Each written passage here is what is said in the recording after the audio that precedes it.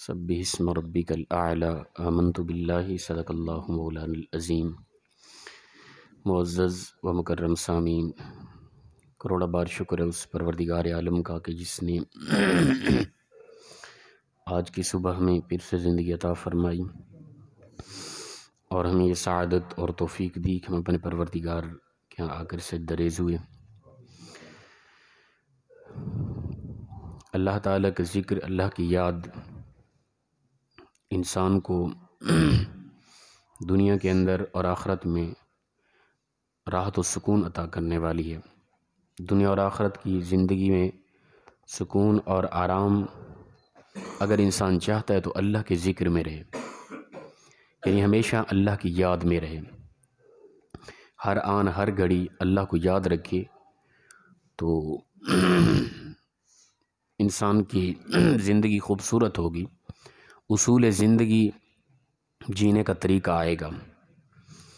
مثال کے طور پہ آج یہی وجہ ہے کہ اللہ کو ہم بھولے تو انسانیت کا نور ہم سے چلا گیا۔ جب انسان اللہ کو یاد کرتا ہے نا تو پھر مکمل احکام الہی کے مطابق ہی جینا پڑتا ہے۔ جب سے ہم اللہ کو بھولے تب سے ہماری زندگی کے اندر خرابیاں پیدا ہوئی۔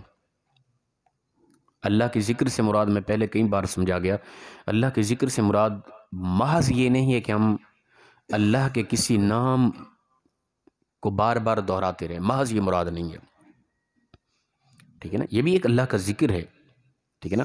لفظ اللہ یا الرحمن یا الرحیم یا کوئی بھی اللہ کے نام کا ذکر تسبیح پہ کرنا، اس کا بھی ثواب ہے، اجر ہے۔ لیکن جہاں کہیں بھی قرآن پاک کے اندر ذکر اللہ کا لفظ آیا کہ اللہ کو یاد رکھو یا اللہ کو یاد کرو، اس کا مطلب محض یہ نہیں ہے جو ہم نے آج کل سمجھا ہوا ہے۔ اس کا مطلب یہ ہے کہ ہمیشہ اللہ کی یاد میں رہو، جو کچھ بھی تم کر رہے ہو نا اللہ کی یاد میں رہو، وہ چاہے نیکی کر رہے ہو یا کوئی خطا ہونے لگی ہے تم سے، اللہ کی یاد میں رہو۔ بعض اوقات ہوتا ہے انسان نیکی کر رہا ہوتا ہے، اللہ کی یاد میں نہیں ہوتا، وہ نیکی گناہ بن جاتا ہے، اس میں ریاکاری ہوتی ہے، ٹھیک ہے نا؟ وہ نیکی اللہ کے لیے نہیں ہوتی، وہ نیکی کسی اور کے لیے ہو، جس کو دکھانے کے لیے کی جا رہی ہوتی ہے، اس کے لیے ہو جاتی ہے۔ وہ عمل اس کے لیے، نیکی نہیں بنتا، وہ عمل اس کے لیے ہو جاتا ہے، پھر وہ بجائے نیکی کے ثواب کے ریاکاری کے زمرے میں چلا جاتا ہے اور گناہ بن جاتا ہے، ٹھیک ہے نا؟ مثال کے طور پہ میں نے اور آپ نے آ کے نماز پڑھی اس وقت، ٹھیک ہے نا؟ یہ اللہ کا فضل ہے، اللہ کی عطا ہے کہ اس نے ہمیں توفیق دی کہ ہم نے صبح کی نماز جماعت کے ساتھ ادا کی۔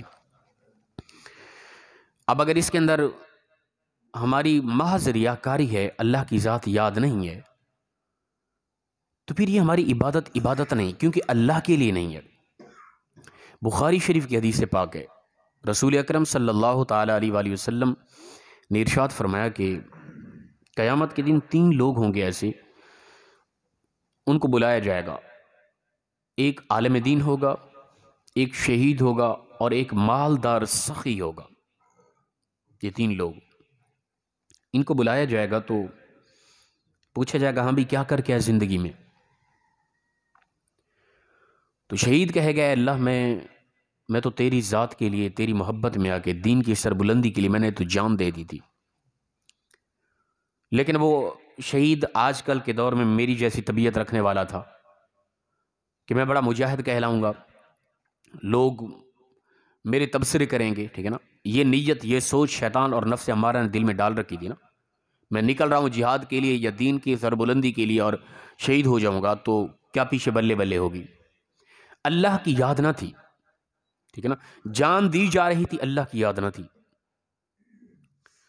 اور جان چلی گئی دین کی راہ پر ظاہراً، یاد الہی میں نہ تھا، تب بھی یاد لوگوں کی تھی۔ تو رب تعالیٰ فرمائے گا تیرا مقصد کیا تھا، نیت کیا تھی، یہ بتا۔ تو جان تو دے کر آیا، ٹھیک ہے نا؟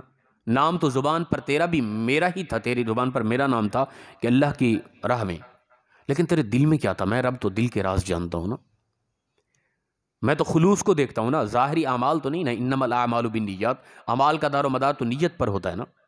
تو تیری نیت کیا تھی یہ بتا، تو عمل کو نہ بتا۔ عمل تو جو کر آیا وہ ہو گیا، نیت بتا، تیری نیت یہ تھی کہ لوگوں کے اندر میرا تبصرہ ہوگا، یہ عمل لوگوں کے لیے تھا، میرے لیے نہ تھا، تیرے دل میں خلوص نہ تھا، میری رضا نہ تھی، لوگوں کے یہاں تبصرہ ہو، لوگ میرے بارے عجیب ذکر کریں اور میرا نام بن جائے، یہ تیرے دل کے اندر تھا، اور میں رب دلوں کے راز جانتا ہوں۔ فرمایا جو تو چاہتا تھا، جو عمل کیا، جو چاہت تھی تیرے لیے، وہ چاہت کے مطابق میں نے تجھے صلہ دے دیا، لوگوں نے بڑا تبصرہ کیا تیرے بارے، تیرا نام بن گیا تھا، جو تو چاہتا تھا تیری چاہت کے مطابق تمہیں صلہ مل گیا۔ اب قیامت کے دن میرے پاس تیرے لیے کچھ بھی نہیں ہے، فرشتوں کو حکم ہوگا اس کو گھسیٹ کر جہنم کے اندر پھینک دیا جائے۔ یہ سیاسی تک کی روایت۔ عالم دین سے پوچھا جائے گا، ہاں بھائی تو کیا کر کے آیا؟ اے اللہ میں تو ساری زندگی تیرے دین کی باتیں کرتا رہا، لوگوں کو درس دیتا تھا، بیان کرتا تھا۔ اللہ کی طرف سے آواز ہے کہ یہ بتا کہ نیت کیا تھی تیری؟ میں رب دلوں کے راز جانتا ہوں، تیرے دل میں کیا میری یاد تھی، میرا ذکر تھا؟ اصل لفظ ذکر کا معنی یاد ہے، لفظ ذکر کا معنی زبانی کلامی محض نہیں ہے کہ ایک لفظ کو دہراتے رہیں، ذکر سے مراد یہ نہیں، ذکر کا لغوی معنی ہے یاد۔ اللہ فرمائے گا یہ بتا کہ جب تو ایسی نیکیاں کر رہا ہوتا، بیان کر رہا ہے، درس دے رہا ہے، دین کی تبلیغ کر رہا ہے، لوگوں کو بتا رہا ہے، لوگ ٹھیک ہے تیری باتوں کو سن کر دین کی راہ پر آئے تھے، تیرے دل میں میری یاد تھی کہ نہیں تھی؟ یہ بتا،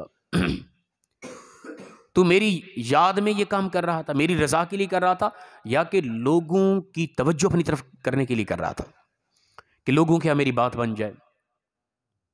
میں تو فرمایا دلوں کے راز جانتا ہوں، میرے علم میں ہے کہ تو کیا چاہتا تھا۔ اگر وہ عالم دین ساری زندگی دین کی تبلیغ کرتا رہا، دین کی باتیں کرتا رہا، دین کی اشاعت کرتا رہا، اس کی باتیں سن کر کئی لوگ راہ راست پہ آ گئے، لیکن اس کے دل کے اندر یہ تھا کہ لوگوں کے ہاں میری بات بن جائے، میرا عزت و وقار بڑھے، لوگ میری عزت کریں، فلاں فلاں، یہ اس کی نیت تھی، تو رب فرمائے گا جو تو چاہتا تھا، جو عمل کیا، اس چاہت کے مطابق تمہیں صلہ مل گیا، لوگوں نے تیری عزت کی، وہ تو میں نے تمہیں دے دیا۔ تیرے دل میں ان عبادات کے وقت میری یاد نہ تھی، تو لہٰذا جو تو چاہتا تھا، جس مقصد کے لیے جو عمل کیا تھا تو نے، وہ تیرا مقصد پورا ہو گیا۔ اب میرے ہاں تیرے لیے کچھ نہیں، تو جھوٹ بول رہا ہے کہ تو نے میری رضا کے لیے کیا۔ میں دلوں کے راز جانتا ہوں۔ عالم دین کو جہنم کے اندر پھینک دیا جائے گا۔ سخی سے پوچھا جائے گا تو کیا کر کے آیا؟ عرض کرے گا پروردگار میں تو ساری زندگی تیری راہ میں لوگوں کا تعاون کرتا رہا، غریبوں کی مدد کرتا تھا، دکھ میں غم میں مبتلا لوگوں کی پریشانیوں کو میں دور کرتا تھا۔ اللہ تعالیٰ فرمائے گا تیرا مقصد کیا تھا؟ کیا سخاوت کرتے ہوئے میری یاد تھی، یا کہ لوگوں کی محبتوں کو اپنی طرف مائل کرنا مقصد تھا؟ یہ بتا، میں دلوں کو راز جانتا ہوں۔ اللہ فرمائے گا تو جھوٹ بول رہا ہے، کذاب یہ لفظ ہے حدیث پاک کے اندر۔ اللہ فرمائے گا فرشتوں دیکھ لو، یہ کذاب ہے، جھوٹ بول رہا ہے، میں دلوں کے راز جانتا ہوں۔ اس کا مقصد بالکل یہ نہ تھا سخاوت کرتے ہوئے، لوگوں کا تعاون کرتے ہوئے میری یاد نہ تھی، بلکہ لوگوں کی یاد تھی کہ لوگ میرے بارے تبصرہ کریں کہ بڑا سخی ہے، وہ تو کیا لوگوں نے۔ جو تو چاہتا تھا وہ تو ہوا، جس مقصد کے لیے تو کام کر رہا تھا وہ تو تیرا مقصد پورا ہو گیا۔ اب مجھ سے کیا چاہتا ہے تو بتا، میرے لیے تو نے کچھ نہیں کیا، ٹھیک ہے نا؟ تو یاد رکھیں کہ اگر اللہ کی یاد نہیں ہے انسان کو، اللہ کی یاد کے علاوہ جو بھی کر رہا ہے، ٹھیک ہے، اس کے مطابق رب تعالیٰ اس کو صلہ دے رہا ہے۔ اگر نیکی شہید بھی ہو رہا ہے نا، اور مقصد نیت اس کی اللہ کی یاد نہیں ہے، کچھ اور ہے، تو وہ اور اس کو مل گیا دنیا کے اندر، آخرت میں کوئی اس کو اجر نہیں ہے۔ عالم دین ہے، بڑا محقق ہے، مفتی ہے، شیخ الحدیث ہے، اور ساری زندگی دین کا کام کرتا رہا، دل کے اندر یاد الہی نہیں ہے، اللہ کی ذات کو راضی کرنا مقصد نہیں ہے، تو جو مقصد تھا اس کا، جس نیت کے لیے وہ دین کا کام کرتا رہا، اس نیت کے مطابق دنیا کے اندر لوگوں نے تو اس کا نام بڑھایا، تو لہٰذا آخرت میں کوئی صلہ اجر نہیں ہے، ٹھیک ہے نا؟ سخی ہے، بڑی سخاوت کرتا رہا، لوگوں کی تعاون کرتا رہا، لوگوں کی مدد کرتا رہا، لوگوں کی پریشانیاں دور کرتا رہا، لیکن مقصد اس کا کچھ اور تھا، یاد الہی نہ تھی، تو وہ اس کا مقصد دنیا میں اللہ نے پورا کر دیا، آخرت میں کوئی حصہ نہیں ہے۔ تو فرمایا تم اللہ کی یاد میں رہو، نیکی کر رہے ہو اللہ کو یاد کر کے کرو، اللہ کی رضا کے لیے۔ اگر کوئی خطا ہونے والی ہے، اللہ کو یاد کرو کہ وہ رب تمہیں دیکھ رہا ہے، وہ تم سے پوچھے گا. اس نے تمہارے درمیان حدیں قائم کر رکھی ہیں. ان حدود سے تجاوز نہیں کرنا تم نے. انہی حدود میں رہو گے، بہترین انسان رہو گے، بہترین مسلمان رہو گے، بہترین مومن رہو گے. پھر وہ رب تم سے پیار کرتا ہے، پھر اس نے تمہارے لیے جنت کو تیار کر رکھا ہے. پھر تو عالم بھی نہیں ہے، شہید بھی نہیں ہے، سخی بھی نہیں ہے، غریب سادہ سا آدمی ہے، تو ریڑھی چلاتا ہے، تو سبزی بیچتا ہے، تو مزدوری کرتا ہے، ٹھیک ہے نا. لیکن جب اللہ کی یاد میں نماز میں آتا ہے تو گم ہوتا ہے اللہ کی یاد میں. اللہ کی تجھے تیرے دل میں لوگوں کی کوئی سوچ فکر نہیں ہوتی. اللہ کی یاد میں مگن ہو کے عبادت کر رہا ہوتا ہے. جب بھی کوئی نیکی کرتا ہے، اللہ کی یاد ہوتی ہے تیرے دل کے اندر، تو یاد رکھ وہ تیری عبادت قبول کی جا رہی ہے. پھر تو جنت کے اعلیٰ سے اعلیٰ مقاموں پہ ہوگا. تو چاہے جیسا بھی ہے، سادہ آدمی ہے، کوئی پروٹوکول نہیں، کوئی عزت و وقار نہیں ظاہراً، لیکن ہر وقت تو اللہ کی یاد میں رہا. خطا ہونے لگی، تجھے یاد آیا میرا رب مجھے دیکھ رہا ہے، اس نیت سے تو نے گناہ کو چھوڑ دیا، بہترین متقی ہے تو.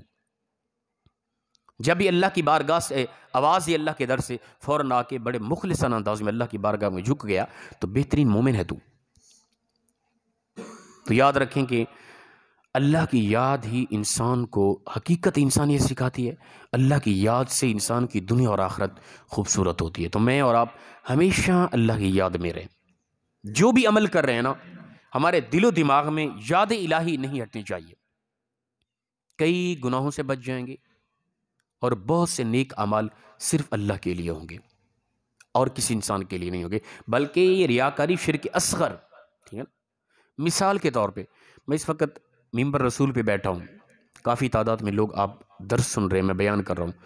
میری اگر نیت ہے کہ میں الفاظ خوبصورت، انداز خوبصورت، لوگوں کے دلوں کے اندر میرا ایک روب ہو، میری عزت و وقار بڑھے، تو یہ میرا درس چاہے وہ درس قرآن ہی کیوں نہیں، یہ میرا درس آپ لوگوں کے لیے ہے، اللہ کے لیے نہیں ہے. یہ کرنا تو چاہیے، یہ عمل تھا اللہ کے لیے، لیکن اللہ کے معاملات میں لوگوں کو شریک کر دیا، یہ شرک ہو گیا ہے. وہ عمل جو اللہ کے لیے کرنا تھا وہ لوگوں کے لیے کیا جا رہا ہے، اسی کو شرک اصغر کہا گیا ہے. انسان وہ مشرک ہو گیا ہے. اس قدر سنگین معاملہ ہے یہ. تو لہذا ہر آن ہر گھڑی اللہ کی یاد میں رہیں. جو بھی کر رہے ہیں اللہ کی رضا کے لیے کریں، تو پھر دنیا اور آخرت خوبصورت ہو جائے گی. اللہ پاک ہم سب کو عمل کی توفیق عطا فرمائے. وآخر دعوانا